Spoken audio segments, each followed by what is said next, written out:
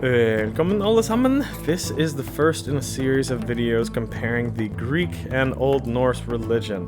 Although in their heyday they were separated by about 1500 years and more than 2,000 kilometers, I would not exactly call them two separate religions. They were far more similar than they were different, and they both have the same Indo-European roots. If we go back far enough to Proto-Indo-European times, 7,000-8,000 years ago, we were all one and the same. But by the time the Greek and Norse peoples migrated and evolved, they developed two separate belief systems. This video and series will take us on a journey through the most famous sites from ancient Greece to discover the similarities and differences, with the main goal of filling in the blanks that we have in the sources in order for us to understand what ancient people actually practiced and believed.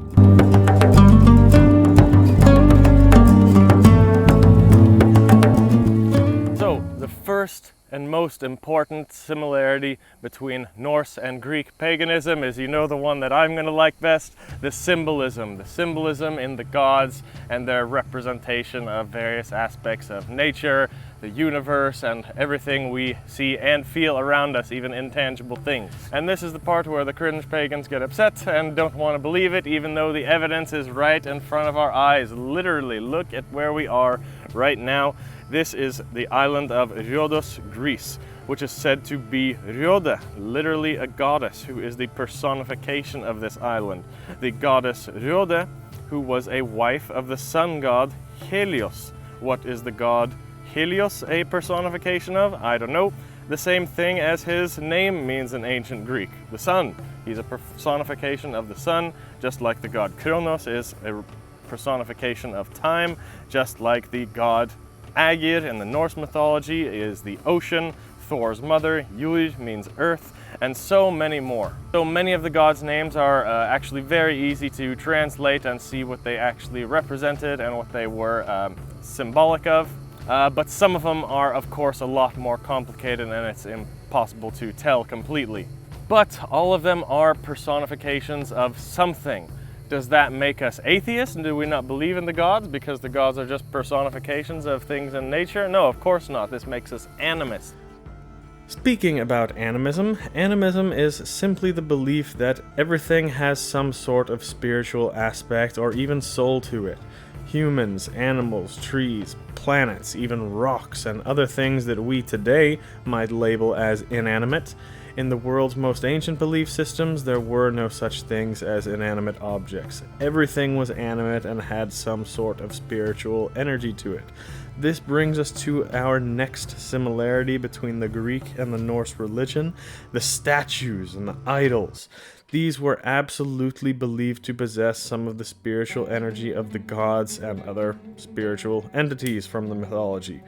These statues that I'm showing you here are from 2,000 or even 3,000 years ago from the archaeological museums of Rhodos and Athens.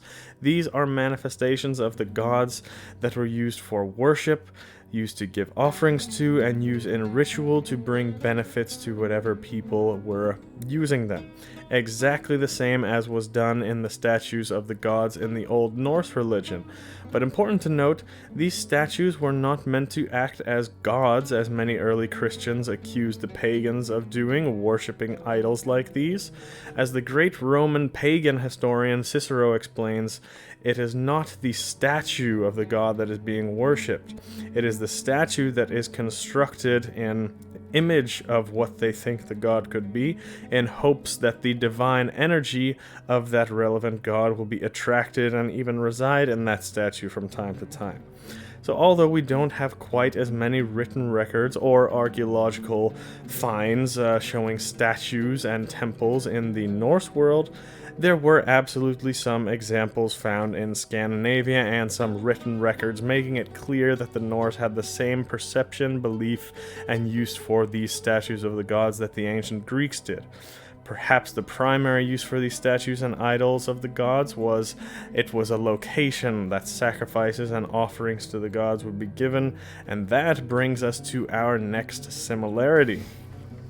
The next similarity between Greek and Norse paganism is the sacrifices, which would have been done at a temple just like this. This is a temple of Athena in the Acropolis in Lindos, Greece. Sacrifices were incredibly similar in nature and purpose in both the Norse and the Greek world. There were some key differences, however. For example, in the Greek world, sacrifices were very often burned and libations were poured out on altars. This is kind of similar to the sacrifices that you will see these New Age pagans and Wiccans practicing, but these acts are nowhere to be found in any of the Norse sources where sacrifices were basically left out in nature for the elements to absorb. There are many more similarities and differences between sacrifices, but it's far too big a topic to cover here. But a video will be coming soon in the next couple weeks where we will go in full depth look at that. But at the end of the day, as I mentioned, there were far more similarities than differences in the sacrifices of those two traditions. The next and very important similarity between Norse and Greek paganism is the prophecies. So this is Delphi, where the all-powerful Sibyl would have given her prophecies, and that would be a parallel of the Norse Völva. So here, the only difference is she would have been sitting here and people from all over the world would have flocked to her. The Völva in the Norse beliefs would have done the same exact type of thing, except they were traveling around to different kingdoms and tribes and things like that. This type of thing was also done in the Norse world. We just don't have as many detailed records of it in the sources or places of it that we had knowledge that they did these things at in Scandinavia. It's not that there was necessarily a sacred Norse temple where an almighty seeress lived like there was in ancient Greece, but as I mentioned, in the Norse world, these seeresses would have been like traveling specialists, really, professionals going from town to town, getting hired for their services. But just like the oracle at Delphi and the other lesser-known oracles and regional sibyls, they were highly regarded in ancient Greece for their ability to give prophecy and wisdom. In the Norse world, it was the exact same thing. The Völva in the Norse beliefs and their ritual of Sæðir would have been almost, if not completely, the same as the ancient Greek seeresses. It would have been women whose profession it was to work themselves up into a trance-like state, into a frenzy believed to be possessed by a god, where she would then speak to the customer, giving advice, guidance, and predictions for the future. Finally, the last similarity that I will speak about in this video is the perception of the afterlife. The Norse and the Greeks both had a complex belief of the afterlife. The main afterlife, where most people would go after they die, was an underworld named after the deity who actually watched over this realm. It was called Hades in the Greek beliefs and Hel in the Norse beliefs. One of the places was believed to be cold and gloomy, and the other with fire and heat. That's one difference. But there are many other similarities. For example, all of the dead must cross over a river to get there. In Greek mythology, it was the river Styx, and in the Norse mythology, it's the river Gjöll. There were different levels of this afterlife, reserved for the good versus the wicked. Another similarity is that the dead who resided there were believed to be in a confused state, wandering until it was time to move on.